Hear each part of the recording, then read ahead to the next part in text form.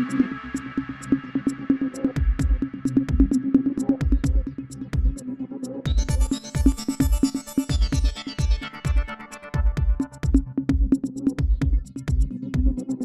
and welcome to Focus 54. I am your host, Jeffrey Murimbechi.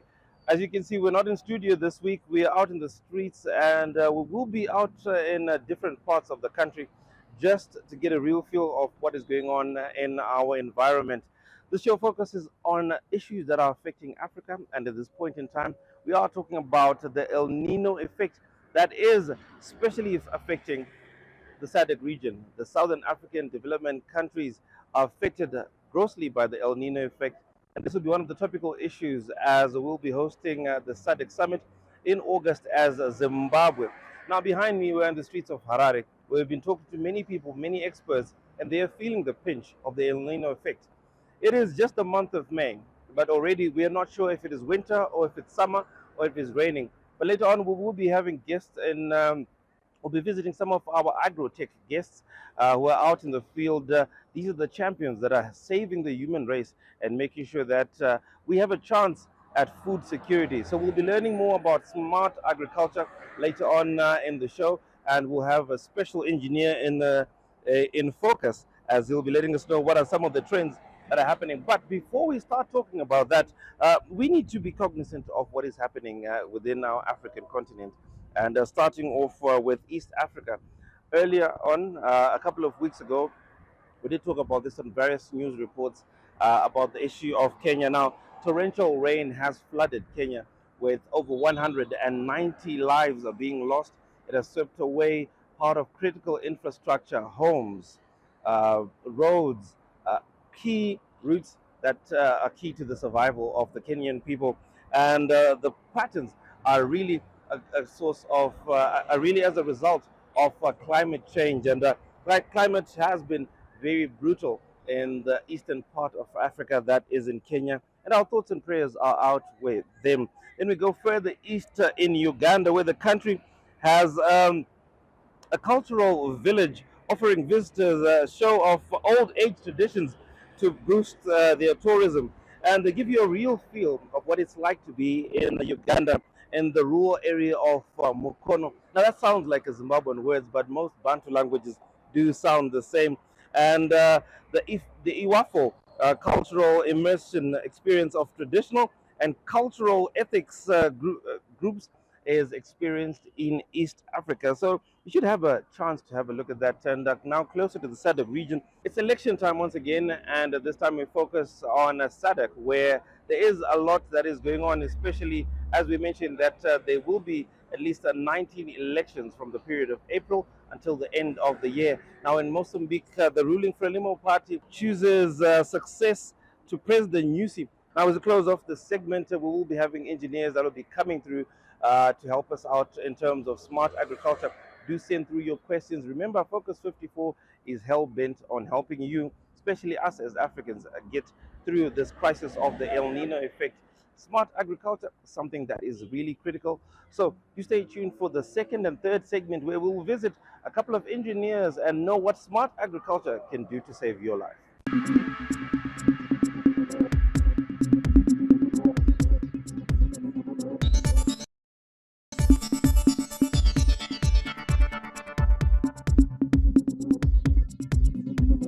Welcome to the second segment of Focus 54. By now, your newspapers, your cell phones, and every piece of news that you do absorb will tell you the one thing that is happening everywhere across the world, that the world is not the same anymore.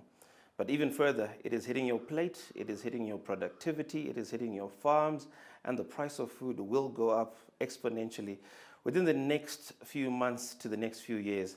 And this is because of climate change. And closer to home, in the SADC region, it is the El Nino-induced drought, and we'll be focusing on that. But don't take my word for it. We've got an expert in studio, and as you can see, we have gone out of studio and gone straight to the source. Today, we are at Agri-Rocket Engineering, and I'm talking to one of the engineers who is leading Zimbabwe's legion of small companies and medium companies, as well as large companies that are into smart agriculture. And I'm with engineer Chamunorwa Kapita. Engineer, welcome to Focus 54. Thank you very much. Now, we have spoken about this, and the SADC region has been hit very hard, severely, by this El Nino induced drought. How bad has it hit the SADC region, especially in terms of agricultural productivity? Very, very bad because mostly we have third world countries in SADC, and their big industry usually is agriculture, and we are seeing that farmers, they have nothing to harvest this season, and it means they have no money. So poverty is at the end. So as well as other industries are affected because agriculture is also the backbone of most of the economies. Also, agriculture is the primary industry that gives resources and raw materials to the secondary industry.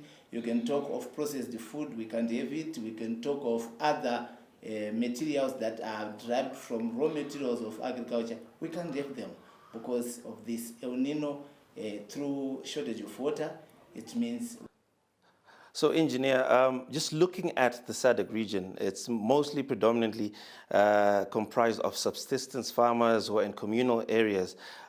They have had certain forms of technology, such as, in Shona we call them makandiwa or contours.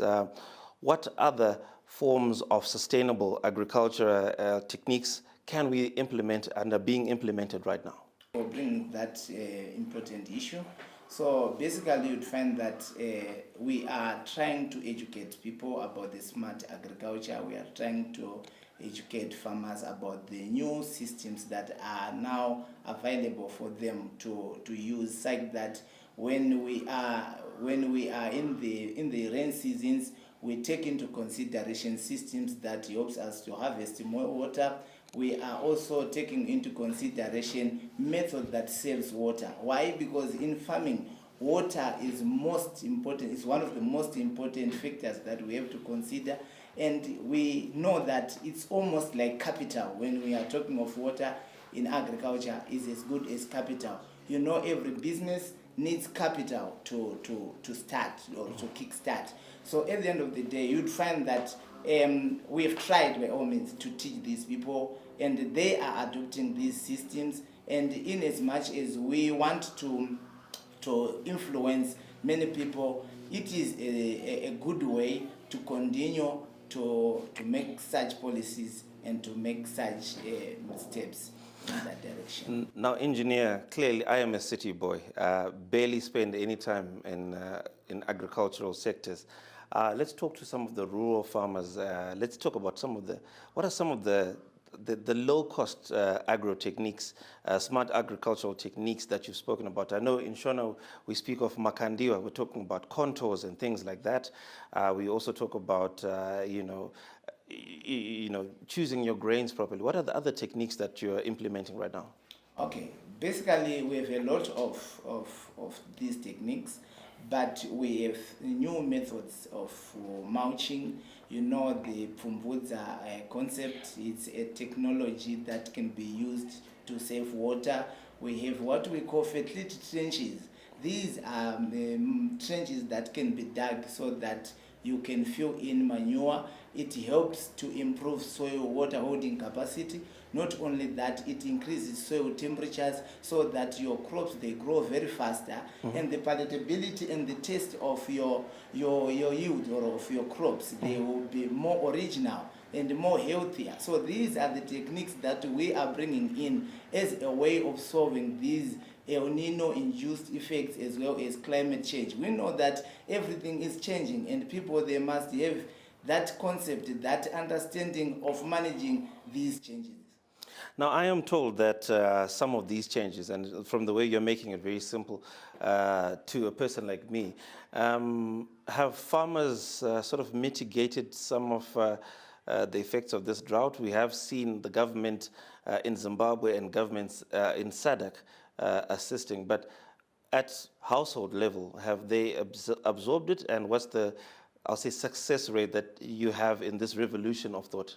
Okay, fine. Yeah, not to the extent that we expect, or to the extent that we would like, but to a lesser extent. Why am I saying so? Even though we can be helped by other big companies that are offering crops or that are offering seeds. These seeds already they are now being manufactured, or they are now being made in a way that can accommodate droughts, that can accommodate these climate changes. You'd find that some other companies, they are coming up with new hybrids that can accommodate these climate changes. But now we are coming in and say we have to understand the changes of the nutrients that are required. We have now to understand the changes that are need to be done when it comes to planting them, because these hybrid crops, they are different from old traditional seeds that we know. So yes, to some who are quick to understand or quick to take the change, they have mastered the game. But we still have most of the farmers not in that level of appreciating this new variety or new technology that we want them to understand. Now, before we close off the second segment, I'm really curious as to know about traditional grains. We've been talking about drought-resistant crops and all of that. Are we ready as Zimbabwe, are we ready as a SADC region to have a shift in diet and productivity from our normal white maize, white rice, and wheat to more sustainable traditional varieties? And are they also profitable? Yeah, very, very profitable in the sense that they are more organic. They are the food that we know when it comes to healthy. They are star foods. Basically, what we need to improve on is only that we have to give more awareness. We have to give financial backups such that we can quicken the shifting. But these crops that we are talking about, we have been farming them long back ago, before the introduction of these white maize, these hybrids. So we've got the techniques already. We know exactly. We have the techniques, we have the traditional techniques, but we just have to change those traditional techniques to introduce the smart techniques that encourages or that promotes high yields. Now, engineer, we're going to take a short break as we get into the third and final segment of Focus 54. What you have, in essence, have told us is what the current situation is like, not just for Zimbabwe, but for the region. But you have a very fancy name, Agri-Rocket, and we'll talk about that. And I see you've got some of the many gadgets that you have. Farming is a game of numbers, and we'll be talking about that. We want to give you a solution so that by the end of this episode, you will be able to probably share this video, like this video, and call someone out there so that if you change the way we think, we would like to have an agricultural renaissance. This is Focus 54. Stay tuned for the third and final segment.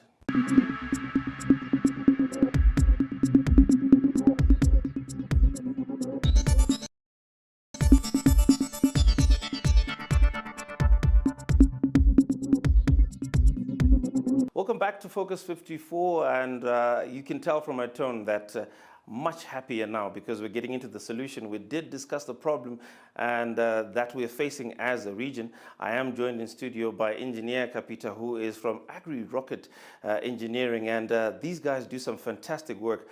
Not only are they a Zimbabwean company, but they have regional influence as they're pioneering a part of the foot soldiers that is going to save the human race using smart technology and smart agriculture. Now, I say that lightly because I barely understand what I'm saying when I'm talking about smart agriculture. That's why we welcome you back, Engineer.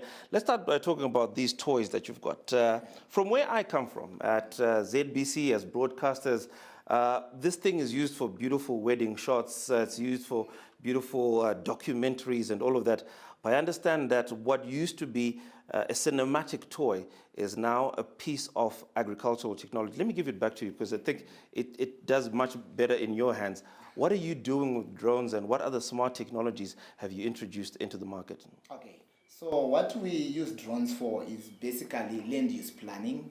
We have to maximize the use of our land because we understand that it is more good to do intensive farming than to do extensive farming. Why? It reduces our resources, it reduces our time and our attention. So this helps us to produce more using less which is most basically the most important part of any business, to produce more using less resources. So these drones, we use them for us to pick, or for us to know and to identify areas that are performing better and those areas that are not performing in the field.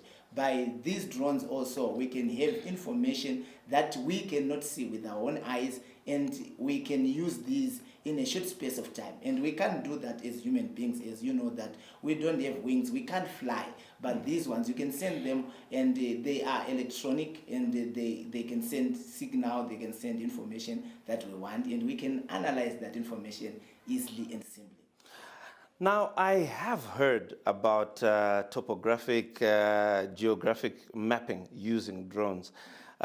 When this information is collected, are you operating as an individual silo, or there's a consortium of those smart agricultural practitioners such as yourself that collates this data and simplifies it for the farmer back at home? Okay, that's exactly what we do. When we get this information, we then use some softwares again to interpret it further, so that a layman can understand what does it mean when there is a gray area, when there is a green area. What does that mean when it comes to pest and disease interpretation, when it comes to plant growth and the plant health? What does this mean? So we simplify, and we are not only the company that is doing this. We also have some advisors when it comes to other areas that maybe are out of our boundary, that can give us information concerning or pertaining that area, such that we give our customers, or such that we give our farmers the cutting edge technology that they must have, so that we can have food security in our region. Now, as we are talking about food security as a region, there is always the major concern that, like you said, this drone here can do the work that maybe 50 people on the ground will do. Are those 50 jobs that have been lost, or these are 50 jobs that could be diverted elsewhere? Okay, it's okay. No, what basically happens with technology is that people, they fear about losing jobs, but that's not the way. That's not the real effect on the ground. The thing is that if we use technology, it means we can produce more. If we can produce more, it means we are going to have more, or we are going to grow in terms of our GDP. What does that mean holistically? It means that where you must be working, you can do some other things, you can do some other researches, while at least you know that your roads are being maintained, because our country or our government have enough money in their coffers, because we are producing more that we can export. So instead of you working hard and you pay all your bills, you can now have your bills subsidized by the government. Why? Because the government has got enough funds from these exports that we are talking about. So it's not about you working only. It's about you having enough time to rest, having enough time to research, and to establish more areas that are not yet established. So these are the things that we have to understand when we are talking about losing jobs. It's not about you working only. Now, we are very fortunate to live in a time where we've got a listening government, and we have listening governments and listening countries. Zimbabwe will be hosting the SADC summit in just a few months as we assume the chairmanship of this massive meeting. Critical on this agenda is the issue of food security. As an agro-tech practitioner, as a person who is hell-bent on making sure that not only Zimbabwe but the region is food secure, what are the key things that we should address at the SADC summit? Because we wouldn't want Zimbabwe to be just the leader and no one else is following. Okay, so basically we need to start first things first, in other words. Why? Because we have to consider that in agriculture, like I said before, water is more like capital. So we need to make sure that we have enough systems for supplying water, that is irrigation systems. We have enough understanding, enough dams that can hold water for us to do irrigation. So the most important part of these these policies or about these food security issues is, firstly, we have to address the water issue, because it is a big issue that can solve other problems without attending to them, but attending the water problem. So why am I saying we must focus on water? Why? Because now the climate change is affecting our rainfall patterns and our rainfall amount. So at the end of the day, if we readdress the issue of water, we are addressing climate. So at the end of the day, our infrastructure that we are going to develop, our smart climate structures, they are also based, or they are also functional based on the water that we have. So we are going to be limited our resources because we don't have water. But if we have water, everything is now in order, because that's the starting point when it comes to. Lastly, engineer, if I know you're not a policy maker, but if you were to speak to policymakers right now, considering free trade areas and such agreements within the region, the movement of goods, the movement of technology, the movement of all agricultural facets, what would you like to say to our policymakers? The aspect that you are bringing in. So as we consider, as we know that we are still developing, we still have developing economy, we need to take into consideration those issues, like whereby we can import with no or lesser fees, we can exchange ideas, we can collaborate with other countries. Those policies, they must be favorable in that area, as well as promoting farmers to produce more through the policies of maybe helping them to export, as well as educating them in line with what we want to produce. Because sometimes you'd find that some farmers, they will do crops that are not necessary at the moment. Why? Only because that's the only crop they know, so they will be forced to do what they know, but to our economy at a greater extent, it's not going to give much effect or impact as we would want. So as we know that we want something in line with fabric, then we do educate, or we do more policies favorable in line with that. If we want more beef, then we do so. So I think that way it will help our farmers. As you know that most of our people in rural areas, they depend on agriculture, and most of our people in general, especially in our country, they are in rural areas. So if we do that, we are helping more people to grow. So that's how we build our economy brick by brick. I think that's the sense. Thank you very much, Engineer. I believe out of all things, I have got a sense of optimism from what you've said. And there is no doom or gloom. I think if I was to quote the Bible, I would say that my people perish because of a lack of knowledge. And we've got smart agricultural practitioners such as Engineer Kapita and the likes of Rocket Engineering and many other companies that have this information ready for you. Please do find out what they are doing and how you can save your generation from famine. Like he did say, find out. You might be putting your efforts within the wrong direction. And as a collective, as SADC, and maybe as Africa, we could lead the charge to food security. This has been Focus 54. To find out more about what we are talking about on this show, you can always go into our Facebook page, our YouTube page, and our online platforms. It is Focus 54, which is found on ZBC News Online. For Focus 54, I am Jeffrey Murimbechi. Catch me on the next episode.